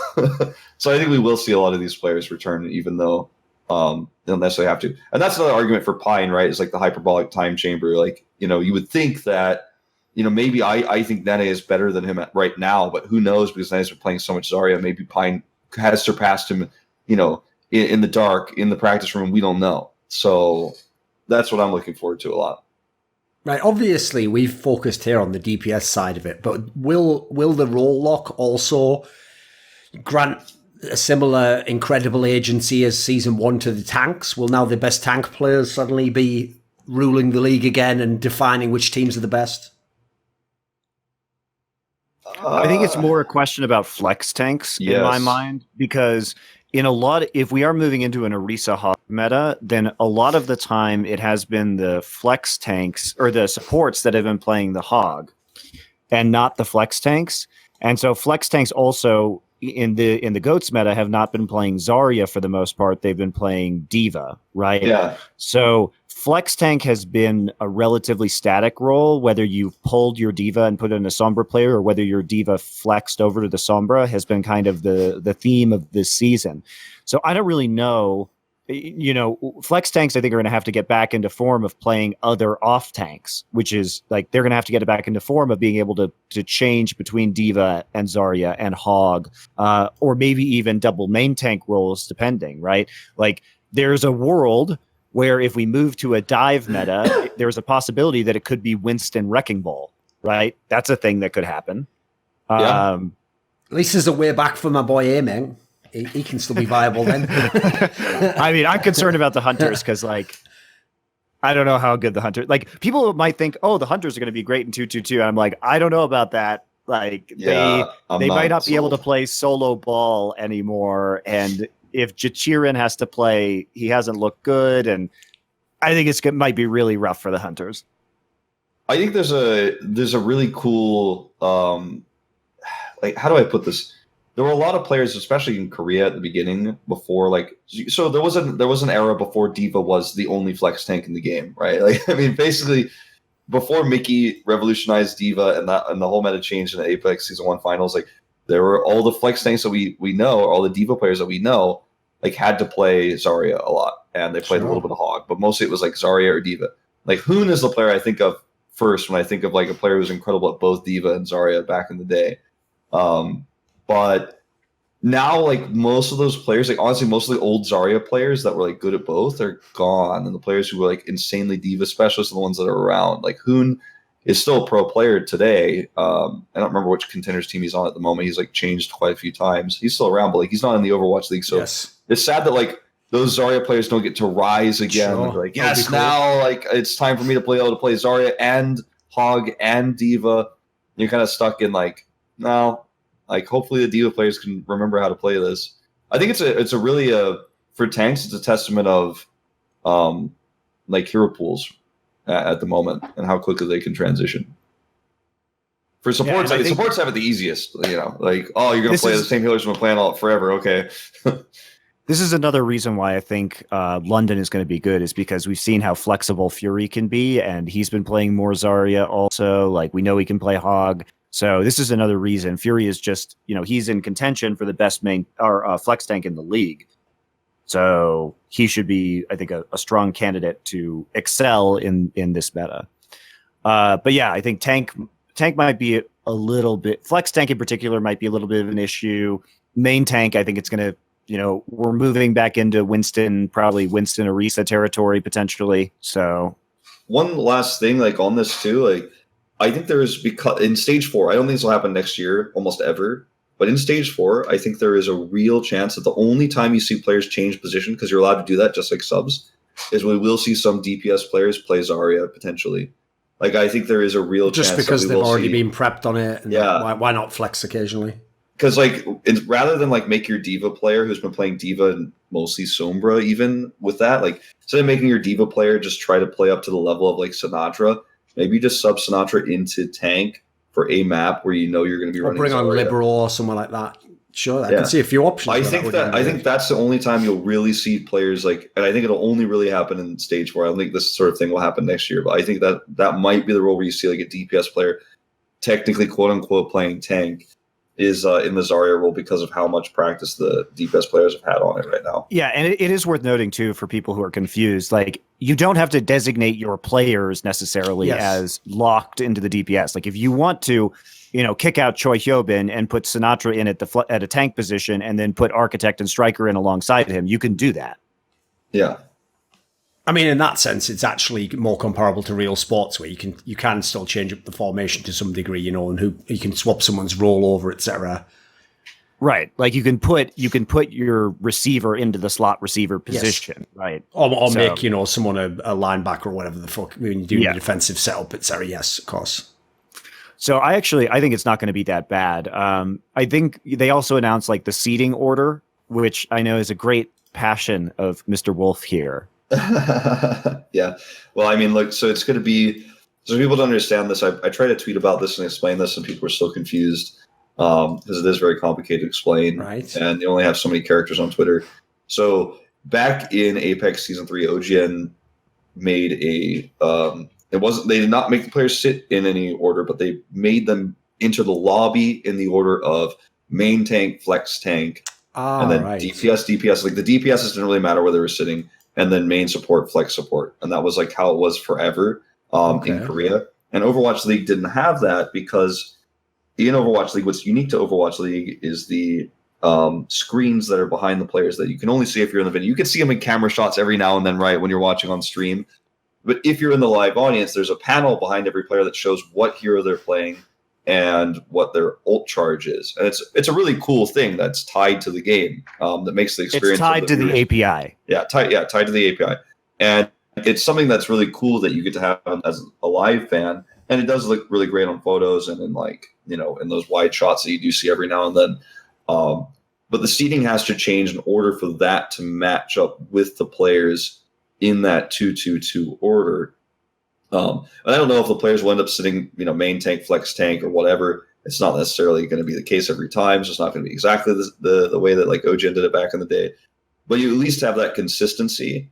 And I think that people will get used to it. Like, it's like, well, I like to sit this way. I like to sit that way. Sure. And that's nice. And it is helpful for your play style. But it's not like, oh, I don't get to sit like this, but like the other team has an advantage because everyone has to sit the same way, and it's a standard across the league. If someone was like, you can only sit this way, but they can sit however they want, then like, yeah, it's a big thing to complain about, I think. But everyone has to sit the same way, and everyone's going to have to adapt to that. And the reason why it's important is because when you're watching the game at the top of the screen, Thorin, you know how there's that order of heroes? Well, right now it's random based on the way that the players want to sit. Right. And so it's very difficult for us because this is going to sound maybe stupid, but this game is so fast that as a caster, if I have to find where the Lucio is on both teams, every fucking team, like every fucking game, then it takes me longer to see which, if they both have ultimate up or how each of them are doing. And so it's more confusing for us as casters and for the viewers because there's not an easy comparison. So what you want, especially now that we're 2-2-2 locking, and the order on stage, I believe, will be DPS, tank, support from left to right, it's like when you turn on the game, you always know that player is a DPS player or that player is a tank player, even if they're a new player or you're new to the game and you haven't seen that player before. Okay. So it creates better visual consistency for everybody involved. I can totally see how that would help. I mean, a problem I often have in Counter-Strike, which to this day has still not been fixed by most tournament organizers, because it's the sort of thing where when you say it to the person who's the production guy, they don't always get what the problem is. But when we do the map veto in Counter-Strike, I've begged them, put all the map names on screen while you're doing the veto and just like move them into the box. Because otherwise, what I'm having to do is simultaneously analyze and comment what I'm seeing while talking about the things I can't see yet. Like, I have to remember which of the four maps still remain and would be... No, like, it's like you just added an extra layer of, like, exactly, just making it slightly more irritating when I'm on camera in the moment, when I don't have time to go, wait a minute, what is still a bit... Like, you just look stupid in that scenario. But the problem is, when you're not on camera, it's easy. You just go, well, it's Inferno or whatever, like, it's not as... There's not the same pressure on you. So I can see why that would help just streamlining it and making it easier as they pick different characters to... It's also really hard to do team composition analysis because, for example, like if I'm trying to figure out if two teams are entering the server, I literally, if they're playing mirror comps, in order to make sure they're playing mirror, I have to like go one by one, and since they're not sitting in a particular order, if this situation makes it much faster to identify if there's like 1 hero difference, 2 hero difference between these compositions, or if they're perfect mirror, because otherwise it just takes so much time to be like, okay, this team has a Lucio. Now I have to turn to the other side of the screen, look at all 6 guys. Okay, there's the Lucio. Then, okay, there's the Reinhardt. All right, yep, they got a Reinhardt too. You know what I mean? It's just like, it's super annoying. I think I misspoke earlier when I said that it was going to be tank DPS support, because that's actually how it was in Contenders, but not how OG did. That's also how it says in Apex when I cast as well. Yeah. But it is actually going to be DPS. Tank, DPS, tank, support. Which is fine. I don't really care what the order is. As long as it is well. Yeah. So I wanted to say, like, one of the things that I do a lot of my casting, and I either me just analyzing the game and trying to figure out what's happening, or trying to educate the viewers, is comparing ult charge is mega important, but not just for ult economy. You can't see all 12 people at any time in Overwatch. You just can't see all of it. We have like a top-down mini-map we can look at, but like you just can't see everything. But what I can tell you is when I don't see one Farah and what that Farah is doing, how viable she's being, like, say it's a neutral fight, like two Farahs, Farah Mercy on like Ilya's well or something. And I'm watching one Farah and he's not doing that well. But like, how do I know how the other Farah is doing? Like, the observers can't watch both. Like, I kind of missed it. I can look at the other Farah's ult charge and see he's at 87%, whereas the Farah we were watching is at 30%. And that's the moment where like you can use the UI to see how much damage a player is doing. And when you have that mirrored, that's a way you could track much easier, like the mirror matchups across the board. Like, which Widow is being more impactful. I could see that Widow built her ult way faster, so she's done way more damage, right? Like, and I could obviously we have things that track how much damage is going on in game as well. Like we have a special thing that shows us that kind of stuff. But for the fans, I need to be able to tell them, like, look at this. Like, you can't see the numbers, but like I could show you the ult differences, and I could show you, because of how Overwatch works, that this person has been making a bigger impact. And I think that it's important that the UI makes it easy to reflect that, because it is super important to use the UI more than just, tracking ults, but like tracking how much damage is being done through the ultimates. Or healing, right? Yeah, exactly. Sometimes you can see like this one team must have been taking way more damage because Lucio is crushing it. So like he's keeping them all alive. Nobody's dying, but like they're taking way more damage, and actually that can, because nobody's dying, that could be a problem, because now he's got sound barrier and now they can engage in this fight. It's mega important to be able to make those comparisons quickly as a caster. And if it's hard to be a caster when you can't make these comparisons quickly, imagine being a viewer, imagine being a casual viewer. It's chaos. So all these things make it way easier. It's extremely important for the game. Sure. So do you want to talk about there's so much to talk about. Do you want to talk about 2020 schedule? Oh, actually, I want to get your thoughts on. So obviously, we just glossed over it at the beginning, but this was is the first stage that won't have the playoffs. Yeah. So for those people who don't know, what's going to happen is at the end of this will actually tie in nicely to 2020 when we finish. What's going to happen is because stage 4 playoffs were really useless last year because it was like a week before season playoffs. So obviously, none of the teams were going to try extra hard to show all their strats for stage playoffs, right? This year, instead of stage playoffs, we have the play-in. So it is a tournament from the 7th through 12th teams in order to take the last two, what will be the 7th and 8th playoff seed in the double elimination bracket. So this should be really exciting, right? Because the teams will definitely be trying to play hard to make it into the overall season playoffs. Yeah, and this is like a super mega, like for some teams it doesn't matter, right? We talked about New York earlier, but like for a lot of these teams, the stage is do or die, and like we actually get to start drawing lines of like if they lose this game, they are out, and that's it. Their season is essentially over. They are a literal sandbag that's getting kicked around because like the rest of the season, like. Some of these teams are probably could be eliminated in like 1 or 2 weeks of play. Like Florida, for example, could be eliminated in like 1 or 2 weeks. Oh, of play. It's like Justice and Mayhem are already eliminated. Oh, is that the case? Yeah. Okay. Yeah. Both of them are 2 and 19, and Defiant is the current 18th team, and they're 7 and 14. So because of map differentials and everything like that, Chengdu right now is 9 and 12. But even if Chengdu like lost all their games, so they're currently in the 12th position, both Atlanta Reign and Chengdu are 9 and 12. But because they don't have the same like terrible map differentials, like even if Justice or Mayhem went 7 and 0 and won all their maps and Chengdu like, lost all their maps, I believe. I didn't actually think about that. Still, you know, those teams are still mathematically eliminated.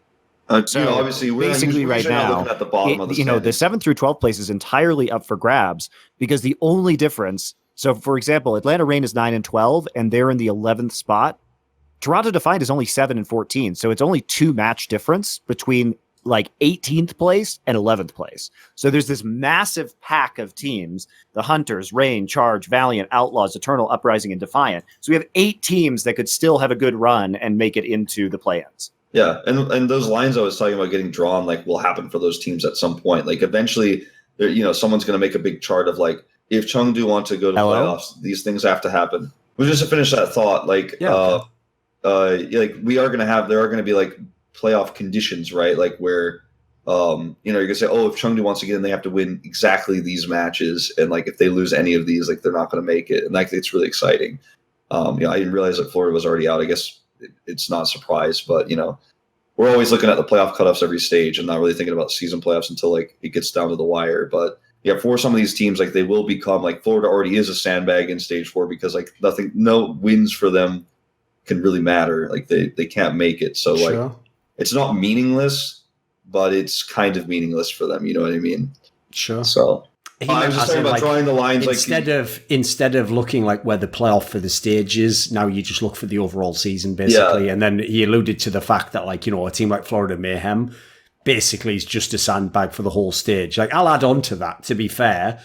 Obviously, if there is still something to play for. Like, if you're the Florida Mayhem, you should be testing players out, figuring who you want for next season. For sure. You know, there's still some factors like that I'm sure play into it. I will say, just for the sake of fairness, Monty did say last year that it was a good thing there was a stage playoff in stage 4 because that allowed the Dallas Fuel to still be relevant and to make a playoffs run, even though they couldn't make it in the stage playoffs. I'll say both sides of it on that respect. So that has something of a negative aspect. But like I alluded to there, I actually think the bigger point of the fact that these teams are going to be in the league next year and that's a franchise league is no one really is just going to waste all the last games. Like I say, you're going to definitely use it to test players out, see who you want to keep, Maybe you could even use the logic of, well, now, you know, we haven't got the bad record behind us. We can just play freely, guys, and let's see who's actually good and no pressure and all that bullshit. So I could see it still working out regardless. I don't think teams really will be like NBA teams where they just go, who gives a fuck and just tank, you know?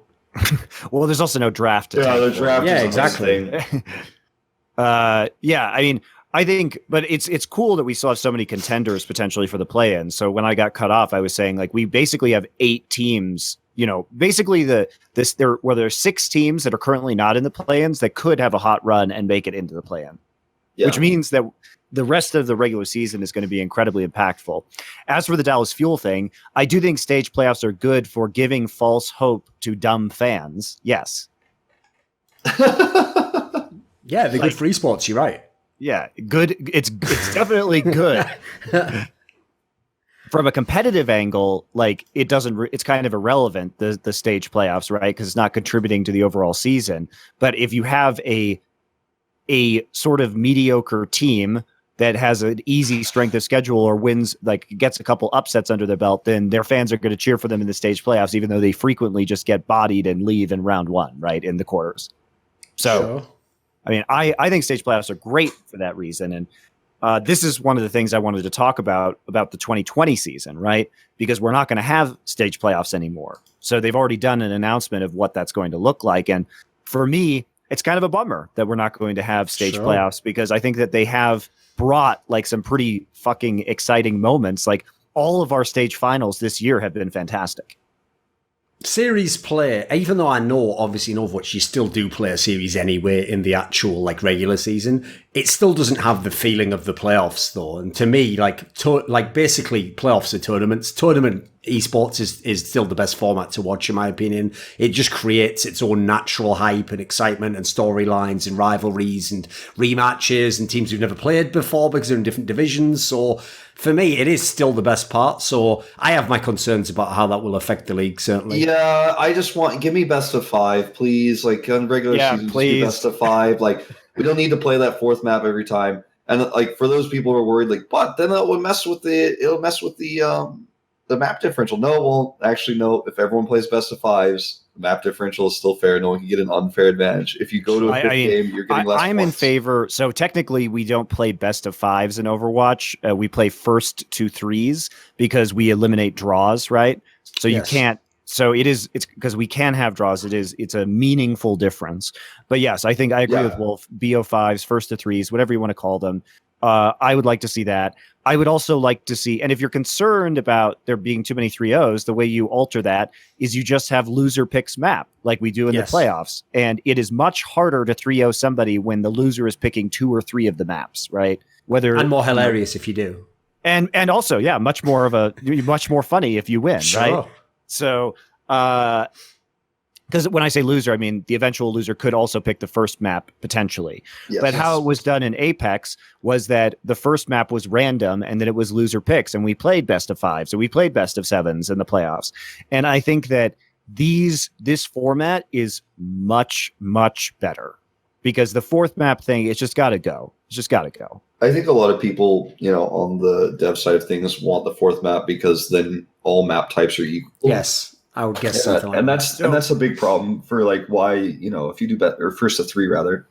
There's an argument on the production side as well. So the two primary reasons are it represents all map types, which is good because at least each team, if they're strong in a particular map type, will have a chance to play that map type, right?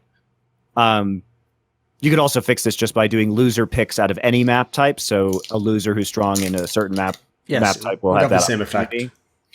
Because by the way, just as an aside, in case someone hasn't followed that thought through, let's say for some reason Escort's your best map and it's the fourth map in the current rotation, then the last thing you want is the team that's amazing on Escort to just lose 3-0 a bunch of times. So it looks like they're the worst team ever from the map differential, but actually they would have won a bunch of the maps they wouldn't have played in that scenario. But in this scenario, like Monty says, they would just pick Escort when they lost one of the maps, so it would happen.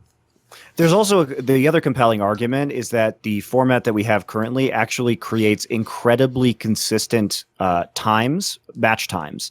So when we say like when we plot out when a certain game is supposed to take place in the schedule, it's very close to that almost always. Like if we say a game is going to start at 6:30, it usually starts within 15 minutes, give or take, of 6:30, right?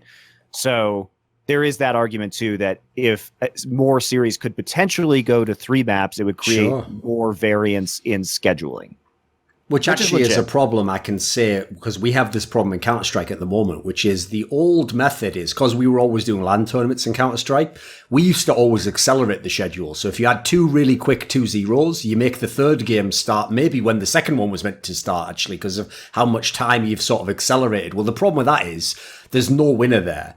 Because, you do it if you're at the tournament because you don't know if there's going to be more delays. So maybe you need to get a head start you can. But then that sucks for the guy who only wanted to watch the third match. And he maybe had it set on his alarm like, right, 9 p.m, I'll wake up then, I'll watch the game. Like, that guy's screwed at that point in time. But if you wait till 9 p.m, and it might be a 3-hour wait, what do you do with the broadcast? Do people just sit around? Does someone have to now work a 12-hour day? Like, the problem is, like, there's on either side, there'd be a different angle to it. Now, it doesn't matter as much in Overwatch League. You want it to actually be a fixed schedule, probably, because you already know there can only be so many games a day. You don't put too many games in anyway. And this way, I actually think, like I say, when you have as many teams as you have here, you want the guy who's coming to watch the second or third game to know roughly what time it's going to start and just be able to do that. He doesn't have to be so hardcore into the game. He watches every game and he's there at the beginning of day one. Like, that's not really the way people pick and choose media in the modern world, I don't think. Yeah, I think there are ways to combat that. And I also, I think that even though we sort of try to like keep the schedule, like most of the time, it varies a lot. We're trying, but like sometimes games are really fast and teams get slow. Sometimes you go to a bunch of overtimes. Like it's just you're never really going to know. Like, I think a lot of people want that consistent schedule and they think 4 maps no matter what makes it happen, but like it really doesn't. It makes less variance, I guess you could argue, because you don't have that 5th map that could then also go like a million, overtime rounds. Not really, I guess, because 5th map is usually control, but depends on how the rules go for that. But The other reason why I would also be in favour of the whole, like, don't just play the fourth map no matter what, is because I've just noticed there's a trend in pro players. It's purely human nature. If you already know you've lost a match, it's incredibly hard to actually focus to finish out a match. Because we had this happen a long time ago in Counter-Strike, where what we used to do is the big LAN finals, literally it was called the World Championship of Intel Extreme Masters, used to have an online season before that got you into the tournament, basically. And in the online season, even though in Counter-Strike you win a map when you reach usually 16 rounds within regulation, they would make you play all the rounds out for round difference at the end of the season. So if you'd already lost 16-0, obviously that's the most extreme version, you still have to play 14 more rounds. Well, the problem with that is you can totally imagine, first of all, you'd have some teams that were losing who were like, well, we've lost the game anyway, who gives a fuck? You'd have teams who'd won but then would just not try properly and they'd give up the most amount of rounds. Exactly. So it actually was a nightmare, even though I understood why they did it in theory, because, for example, in Counter-Strike, you know, what side you start on a map matters. So it's one of those things where in theory it was the best approach, but in practice it didn't work. So I feel like it's the same thing here. In theory, it sounds great, Wolf, like you're saying, to say, let's play all the game types. That does sound good. Problem is, in practice, no one's really going to care when it gets to that fourth map if it's 3-0, are they? Like, no one gives a fuck at that point. It's very rare to see 3-1s in regular season compared to 4-0s for the reasons you just described. So I don't know. I mean, I don't think it's ever going to change, and it's not a bad format, but I personally would prefer first to threes, best of five, whatever you want to call it. Like I know it's what I did until contenders changed the format all throughout Apex. It was super mega fun. I'd even say, like, if you've watched any game that was like that. So, for example, what they do currently in Korean League of Legends is they have best of threes. So as a result, you always get that satisfaction of who won the game. Someone can come back from one map down. It still feels like a series. Like, it isn't the playoffs, but it gives it like a mild playoffs feeling, you know? You at least get sort of like the same sort of dopamine hit of like following a series and seeing the winner and like that satisfaction of always deciding a winner and stuff, which I do think has a value. Yeah. So the other thing that was announced with the 2020 was the announcement that we're moving to an entire homestand structure. And some of the teams have announced like the number of homestands they're doing. It's been between like 2 and 5 per team. So it isn't. Was it like their option as to which they did? Yes. The teams like submitted, you know, yeah. So like the full schedule hasn't been released to my knowledge. So I'm not gonna, but I know like some teams have said that we're doing X number of homestands, and yeah, it was the team because they were taking on the responsibility of organizing those events. So I'd like to know from your perspective, Thorin, having seen the Dallas and Atlanta homestands now, how you feel about this as a structure for Overwatch League. I find it a bit weird because I think for obvious reasons, home field advantage is not a thing in video games. Like, I already had a different perspective on this than most people anyway, which is like the real problem with home field advantage in sports like the NFL is, well, there is no away crowd there. It's just all the home crowd. So as a result, when the fans are there, the idea is you see the crowd all the time. They shout, they make it louder when you're trying to talk. Like, there are all ways that they can literally impact the actual game state. Like, they can literally make it harder for you to play.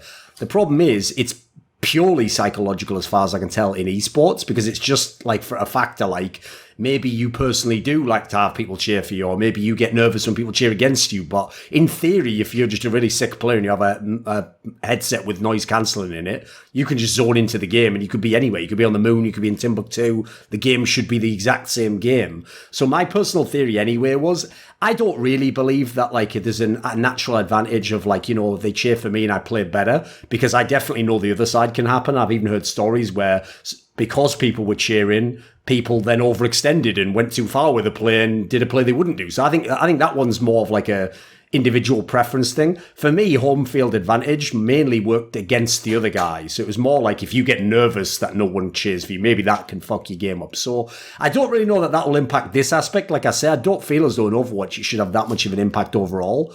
I think to me, the bigger issue is more the industry aspect of what will be the considerations as to if this costs teams a lot of money, if it makes it so that teams have resentment that, maybe one homestand tends to do way better in one region that just happens to have embraced Overwatch or gotten more of their fan base going, and then another region's doing them and they're not getting as much success out of it. That's more the concern I have going forwards, and it's very tough to know how that will play out in practice.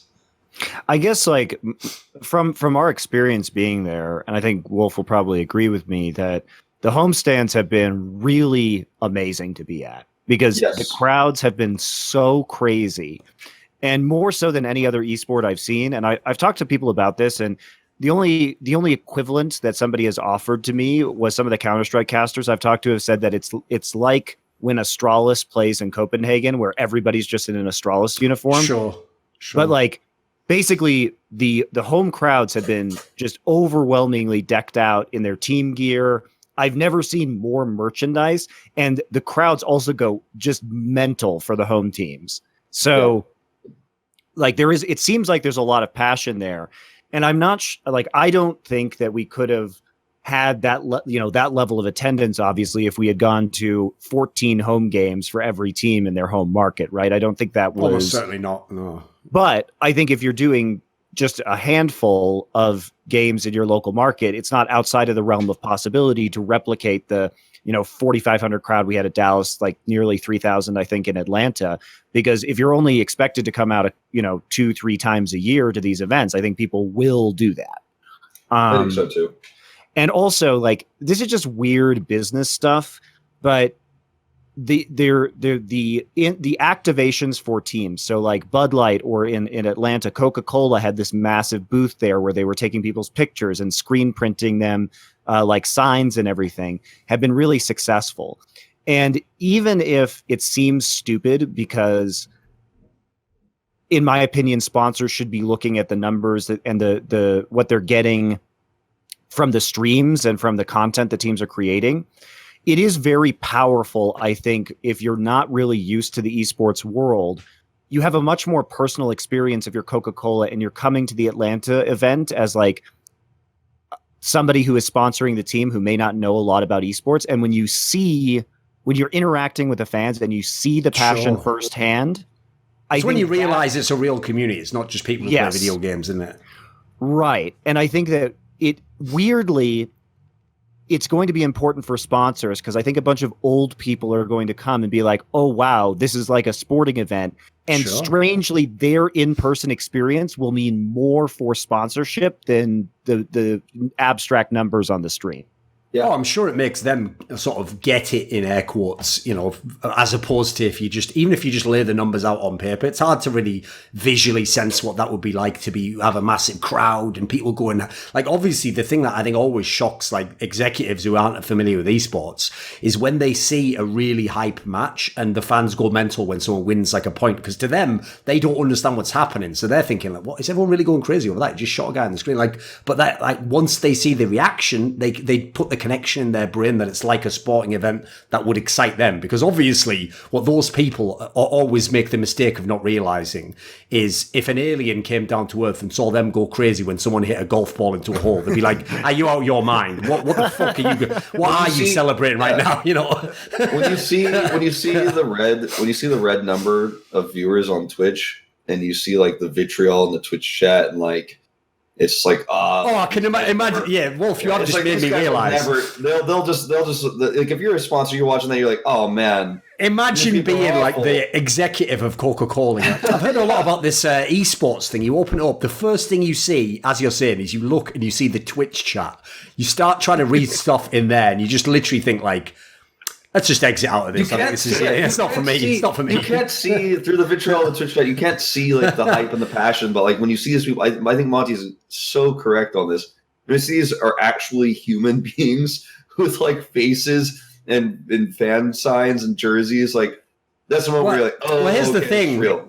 Believe it or not, Wolf, I realize this is going to be sacrilege to all hardcore gamers to say this out loud. But actually, in real life, reacting with true surprise, shock, and awe is a lot more effective than pog champing. One of them is just sort of like a worthless fucking emote. The other one's a real human reaction with emotion and everything that we all understand intuitively. Yeah. Yeah. Yes, it's true. It's true. PogChamp is a bit abstract for it is, isn't it? It doesn't have the same effect. And so, sure. And I think you make the argument, you could say, well, you could have all of these, many esports tournaments go to different parts of the world. But I think the difference is, at least from the team perspective, if I was a team owner in Overwatch League, you have to remember that localization was part of what they were sold. Like, this is what they want. Course. Team owners want this. And so if I'm a team owner and I'm Atlanta, and Coca-Cola has an activation at that Atlanta homestand like they had, which most people, obviously didn't know about unless you saw the signs in the crowd that Coke was making for people. But it was for the fans there. But, Coca-Cola is an Atlanta-based company. You're not going to get them to fly out to LA as often. And it's also not going to be the same experience, because if they fly to see the Atlanta Rain in LA, then the crowd's not going to be behind them, and they don't see 3,000 people in Atlanta Rain jerseys, losing their minds like they saw in Atlanta. Plus, it's just closer for them, right? So at that point, they realize if you are a local sponsor, it becomes much easier to feel like there's a real base of people that you're getting value off of your investment, right? So I think for the teams, being able to bring in local sponsors, whether it's Cox, like that's the telecommunications company in the South, like in Atlanta, or, I think like the Houston Outlaws are currently sponsored by, what is it, HEB? I think it's a grocery store chain in Houston. I'm not familiar because it's like a Texan thing. But like there are teams that have these local sponsors, and they can get good value out of them. And I think once you start to see those homestands and these people come in, it will actually generate a lot more revenue for the teams that are hosting the event. Right. Yeah. So I think there's good value there for them. And I think, obviously there are going to be concerns with, the teams fronting more of the cost of hosting these homestands. But the teams had a choice of how many they felt that they could or should host next year, to a minimum of 2. And some teams are choosing to take more of a risk and host more of these homestands, or, reap more of the rewards from getting these sponsors. So I think, like, again, it's the teams that are driving a lot of these decisions. And it was always the teams signed on to this league for the localization element, and because they knew that they were eventually going to be hosting home games. So that's actually, I actually think that's a key point to make. Because here's the thing, right? I'll just be absolutely straight up front in case anyone's unaware of this. I personally think like the teams will lose a lot of money in this, and I don't think actually these homestands will be what people hope it will be. But I will say, like, you can't really go halfway on the Overwatch League. You've already bought in for tens of millions. You've already invested millions in infrastructure in your team. You already did it all, as Monty says, with the plan that it would become fully localized, because that was the only plan to make this sort of investment worth it and actually make it into a true sport one day that'd be massive and televised. So, like, if you're someone who already is like, but will it work? It's like, you probably shouldn't be in the league then, mate. Like, it's time to sell out. It's time to sell to someone else who thinks the vision's there and go, because you can't just say, we'll just stick with basically what the LCS says, which is we're just going to play in LA every season. Well, what was the point in everyone buying in for 20 million in that point? Like, there's no future to that. You made a point earlier that you think there's going to be disparity in the league. Well, I mean, that's how it works in traditional sports. Of course, there are a lot more people that are coming to, I mean, obviously with changes to the rosters, this could make a difference. But historically, like, more people go to Lakers games than Clippers games. Like, the Lakers make more ticket sales. Well, to be fair, this is also why people buying the LA slot, we imagine, spent more than some of the people who might have bought some slots that aren't as prestigious, aren't as attractive, right? So those people get to finally, hopefully, parlay that into something. Right. And I think, like, if you're concerned with owners making money, then my counter argument would be, well, if the owners are unable to find a local fan base and are losing money, well, then it's time to sell or move the team, just like in traditional sports. Like, sure, capitalism will work its own magic, right, in this scenario, just like it does in traditional sports, where bad owners are going to be forced to sell, or they're going to lose a bunch of money. And hopefully, or they'll move the team to a market that's more receptive. And part of that bidding process, like you're saying, was teams, figuring out where they could have local markets. And there's differences of opinion. Obviously, Boston feels very confident that they can leverage the Patriots and their other teams to make fans in Boston. Whereas other teams might have, selected LA because it already has a ton of people in it, or New York, right? But, New York at least has like the Mets. They can leverage that. The Gladiators have the Rams. They can leverage that. Yeah. So Valiant are different. I guess they have technically the Lakers. They do have an AEG investment and the Kings. So there are ways to do it. I think the cool thing about it too, in a weird way, is Thorin's already said like this was always the plan from the beginning. In a weird way, it's kind of cool that the third year is when we're starting this, because all these teams have been building except the expansion teams. So most of these teams have been building fan bases for 2 years. The expansion teams will have been building fan bases for 1 year before this. It's not like it was like, hey, like we made a team and we're starting and it's your city, so like you better show up. Like a lot of these teams have built fan bases and a lot of fans are hyped because they start following these teams because it's near their area.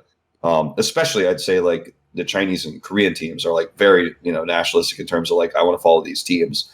But it's also just weird because I know for us old school esports people, we don't particularly care about localization, right? Like that's not the OG esports fans. Localization is not a factor.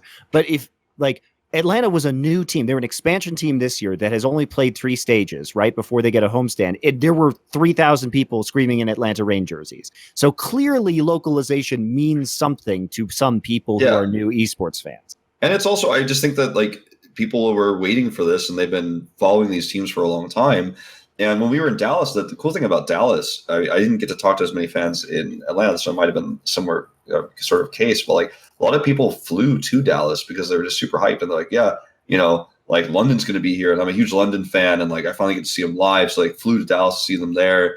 Like people are just like almost rabid in their like love for the teams, as we know. So I think people will travel to some of these homestands too that are closer to them. Like you don't have to be in Atlanta to be an Atlanta fan, but like maybe you're kind of an Atlanta and Florida fan. Sometimes you go to like the Florida homestand too because you're like, oh, it's not that far away. Like I think there's a lot of cross-pollination or cross-pollination, I should say, that happens around like regions. And if you're a big Southeast fan, you might go to some of the games like where your team is also playing. You watch the Atlanta home game, but then like Atlanta's playing in Dallas and you're like, fuck it, I'm going to take a trip to Dallas. It'll be fun.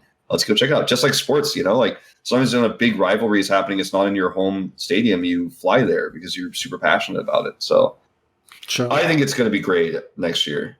And I think that unfortunately, like we don't have the stage playoffs, but they've also teased that there's going to be an all-star break halfway through the season, and that might have some sort of competitive tournament aspect of it as well with the top teams at the halfway point. So there's that possibility. And then also, I know there's some people got thrown for a loop because we announced the divisions. Like there's 2 divisions in the Atlantic and Pacific Conference each. But John Spector also said on Reddit that the format is going to be identical. So there's still going to be 28 games per team. Each team is still playing 2 games in their conference and 1 game in the opposite conference. The reason why divisions are created is mostly for scheduling. Yes. If that makes sense. Yes.